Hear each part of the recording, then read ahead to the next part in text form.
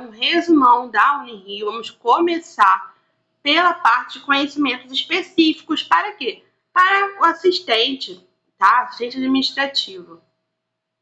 Bom, eu dividi por tópicos do próprio edital. Então, quando você vê essa tela aqui, é porque mudamos ali o tópico. Vamos ver conforme for, porque são bastante slides. Então, eu não sei se eu vou dividir em muitos vídeos. Vamos ver como é que vai ficar, tá? Mas vamos começar aqui sobre os princípios da gestão de documentos. Você precisa saber que temos a produção racional, criação apenas de documentos necessários, organicidade. Documentos refletem as atividades da instituição onde eles foram criados, tá? Autenticidade, garantia de autoria e integridade do documento, confiabilidade, conteúdo fidedigno e adequado ao uso administrativo e legal, acessibilidade, facilidade de localização e uso da informação, preservação, proteção contra perda, deteriorização ou descarte indevido, transparência, apoio à administração pública e ao controle social, e eu acrescentaria aqui a cumulatividade, porque os documentos, os arquivos, na verdade, eles são acumulados, tá? E quais são o ciclo de vida dos documentos, que também é conhecido como a teoria das 3 idades. Nós temos a fase corrente, intermediária e a fase permanente. Na fase corrente, os documentos estão em uso frequente, que a gente usa no dia a dia. Ele vai estar apoiando ali as atividades administrativas imediatas, tá? Por isso que ele é corrente. Fase intermediária. O uso desse documento já não é tão frequente assim, é um uso eventual, mas a gente precisa guardar ainda porque tem algum caráter probatório, tem prazos legais, até mesmo administrativo, que vai estar seguindo lá a tabela de temporalidade de cada instituição, tá? E aí, nós vamos para a última fase, que é a fase permanente, para aqueles documentos que têm valor histórico, probatório ou informativo. Esses documentos, eles são preservados indefinidamente, tá? Então, eles nunca serão eliminados, ok? Agora, os documentos, eles vão ser classificados. As principais formas vai ser a organização conforme a função, para o que aquele documento serve, a atividade, pode ser a atividade que o gerou, e o assunto do que ele se trata, tá? Para isso, é utilizado o plano de classificação que cada instituição vai ter a sua. Isso vai facilitar o controle documental, a recuperação de informação, então para você não ficar perdendo tempo procurando aquele documento, e vai conseguir padronizar os arquivos. Igual a gente, né, temos que estudar, então a gente tem que organizar os nossos documentos, né, nossos materiais de estudo. Avaliação de documentos. Ela determina o prazo de guarda. Então, quanto tempo vai ficar, por exemplo, na fase corrente, na intermediária, e quando que vai ser eliminado ou para guarda permanente, tá? Essa avaliação vai depender do valor administrativo, valor legal ou jurídico daquele documento, valor fiscal e valor histórico. Para isso, é utilizada a tabela de temporalidade documental. Então, é importante que vocês, querendo se aprofundar, vejam um pouco mais sobre tabela de temporalidade, mas basicamente cada instituição vai ter a sua e eles determinam quanto tempo vai ficar em cada fase, qual o motivo daquilo ali e o que vai fazer com aqueles documentos, tá? Se vai direto do corrente para o permanente, se vai ser eliminado, vai para o intermediário e depois eliminado, tá? Arquivamento de documentos. Nós temos dois tipos principais hoje em dia, né? O arquivamento físico e o arquivamento digital. No arquivamento físico, é utilizado pastas, caixas, armários, estantes. Veja que precisa o quê? De espaço, tá? E precisa de controle de umidade, luz, pragas, organização padronizada. Eu lembro que eu participei de um congresso de arquivologia da URGS, lá no Rio Grande do Sul, e tinha acontecido justamente isso num arquivo de uma parte da instituição. Eles tinham perdido muitos documentos, muitos arquivos, por causa de um arquivamento físico mal feito, e depois aconteceu algumas outras coisas que foram abandonadas, tá? Sendo que no arquivamento de documentos, você também pode utilizar no digital, são os métodos de arquivamento: alfabético, numérico, cronológico, geográfico ou temático. Os nomes já deixam a pensar como é que cada um funciona, né? No arquivamento digital, nós temos o uso de sistemas informatizados, sendo que existem requisitos: segurança da informação, controle de acesso, fazer o backup periódico, integridade e autenticidade dos documentos e atenção à preservação digital a longo prazo. Lembrando que geralmente, por exemplo, se você tem um documento físico e você vai digitalizá-lo, você não joga fora o original, tá? Você mantém, você apenas digitalizou ele. Organização e planejamento de arquivos. Você precisa fazer o diagnóstico de todos os documentos que ali existem. Definir as normas e as rotinas arquivísticas ali do local. Padronizar os procedimentos, capacitar os servidores e fazer essa integração entre arquivos físicos e digitais. Isso vai permitir, né, o apoio à eficiência administrativa e à tomada de decisão. No caso da comunicação organizacional, isso quer dizer o quê? O que se refere? Qual que é o conceito? É o processo de troca de informações dentro da organização. Preste atenção aqui que a gente já mudou o tópico, tá? Estávamos falando sobre arquivo, documento, edital, falar, comunicação organizacional. Então, comunicação, a gente já sabe que é a troca de informações. Ela vai ser importante para sustentar toda a coordenação das atividades, tomada de decisões, integração entre os setores e contribui para um clima organizacional bom, né? E a qualidade dos serviços. A gente vai falar mais sobre isso. Fluxos de comunicação. Então, a comunicação vai ter uma linha, tá?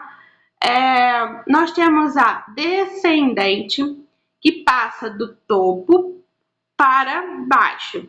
Então, da chefia para o subordinado. Geralmente envolve o quê? Normas, ordens, orientações, feedbacks, ok? Comunicação ascendente, aí é o contrário. Dos subordinados para a chefia. Inclui sugestões, relatórios, reclamações, informações operacionais. A horizontal são para pessoas do mesmo nível hierárquico. Então, todos os subordinados, né? Todo mundo do mesmo setor. Então, pessoas do mesmo nível hierárquico. Favorece o quê? A cooperação e alinhamento de processos. Já a comunicação diagonal é quando nós estamos falando, assim, vamos falar sobre um determinado assunto que envolve diferentes setores, diferentes níveis ou áreas. Então, eu vou estar fazendo uma comunicação diagonal. Isso faz com que reduza as barreiras hierárquicas e agilize as informações, tá? Facilitando os processos dentro da organização. Importante que a comunicação, ela não é apenas verbal, oral ou escrita, né? Nós não temos só reuniões, atendimentos, telefonemas, ou escrevemos e-mails, memorandos, ofícios, nós também vamos ter outros tipos de comunicação. Não tem aquele ditado que fala, se eu não me engano, uma imagem fala mais que 1000 palavras, né? É exatamente isso. Não verbal, gestos, posturas, expressões faciais, tom de voz. Formal, segue normas, registros e canais oficiais, e a informal, que é baseada nas relações interpessoais, tá? Comunicação interpessoal são aquelas que ocorrem na interação direta entre as pessoas. É preciso ter uma clareza na mensagem. Lembre da palavrinha ruídos, tá? Evitar ruídos, evitar erros na comunicação. Se atentar ao contexto, ter respeito às diferenças, porque isso vai impactar diretamente a qualidade do atendimento e das relações de trabalho, tá? Escuta ativa, ouvir com atenção e intenção de compreender. Geralmente nós estamos cada vez mais no modo defensivo, onde nós percebemos que estamos cada vez mais ouvindo para responder e não compreender, ok? Então aqui ele está trazendo a perspectiva diferente. Escutativa é a gente ouvir e compreender. Os elementos que nós precisamos ter nesse tipo de conceito é o foco no interlocutor, não interromper, parafrasear para continuar o entendimento, fazer perguntas pertinentes e, o que está falando, né? Reduz ruídos comunicacionais, porque nós temos que ter, eu já vi muita questão sobre ruídos, tá? Ruídos, esses erros que ocorrem na nossa comunicação. Empatia na comunicação é a capacidade de compreender o ponto de vista e emoções do outro. Eu sou uma pessoa muito assim, eu consigo ver o meu lado e o lado da pessoa, ver os dois lados da mesma moeda de uma situação. E é importante que tenha isso dentro da organização e seja desenvolvida essa capacidade, porque isso favorece as relações respeitosas, atendimento humanizado, resolução de conflitos, além de não implica concordar, mas reconhecer o outro, né? É uma coisa que eu falo hoje em dia. A gente quer fazer valer a nossa opinião sobre tudo. Então, na verdade, a gente tem que fazer aquilo que a gente fala também, né? Concordar em discordar. E tudo bem, você entende o lado do outro, mas ninguém precisa concordar um com o outro, tá? Técnicas de atendimento presencial. Apresentação pessoal adequada. É preciso ter um contato visual e postura receptiva. Ter uma linguagem clara, objetiva. Prestar atenção na comunicação não verbal. E ter um registro correto ali das informações. Agora, as técnicas de atendimento telefônico. É preciso você se identificar e também identificar a instituição, ter um tom de voz cordial, profissional, trabalhar a escuta atenta, sem interrupções, confirmar as informações repassadas e sempre ser cordial. No digital, o uso da linguagem vai ser através de e-mail, chat, aplicativo, redes sociais. Então você pode ter uma linguagem mais informal, sendo que mantenha a clareza, a objetividade e correção ali gramatical, ortográfica, tá? Responder dentro do prazo, ter uma padronização da instituição e, com certeza, ter atenção à segurança da informação e confiança. Ei, meu Deus. Eita! Calma aí, galera. A confidencialidade. preferi voltar do que eu falar alguma besteira. Clima organizacional. Então, dentro de uma organização, nós vamos ter, a gente chama de um clima. Sabe quando você chega naquele lugar e tu fala assim, nossa, o clima tá tenso? É basicamente isso, né? É o clima daquela organização. Refere-se à percepção coletiva dos trabalhadores sobre o ambiente de trabalho. É como que as pessoas naquele local que trabalham ali sentem e interpretam o que está acontecendo naquela organização, como as relações interpessoais, prática de gestão, a comunicação interna. Lembrando que o clima organizacional ele é dinâmico e pode variar ao longo do tempo. Então, né, por exemplo, vamos dizer que nós temos um clima tenso, um clima pesado naquela organização. Vai ser sempre assim? Claro que não.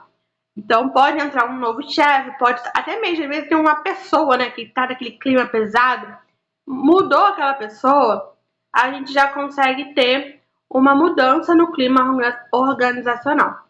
Os fatores que influenciam o clima organizacional é o estilo de liderança, quem está liderando, né? A qualidade da comunicação interna, as condições físicas e psicológicas de trabalho, reconhecimento e valorização profissional, relacionamento entre as equipes e a oportunidades de desenvolvimento, tá?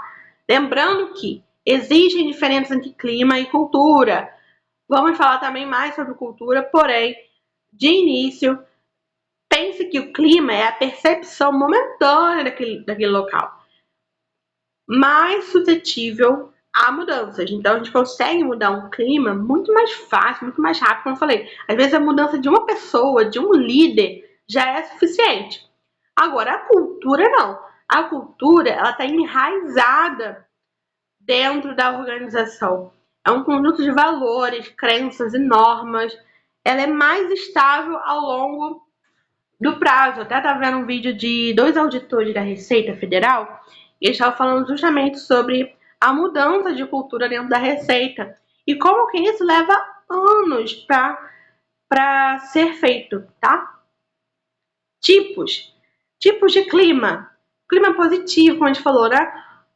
Cooperação, confiança, engajamento, favorece a produtividade e bem-estar. E o clima negativo, conflitos frequentes, desmotivação, insegurança.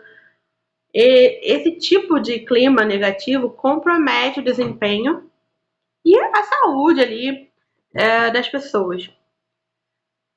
O clima ele vai ter impactos diretamente, inclusive na produtividade, na eficiência daquela organização. Influencia também a satisfação no trabalho, a motivação, produtividade, qualidade de serviços. E quando ele é ruim, pode causar o quê? Absenteísmo. Então a pessoa não quer ir, falta muito.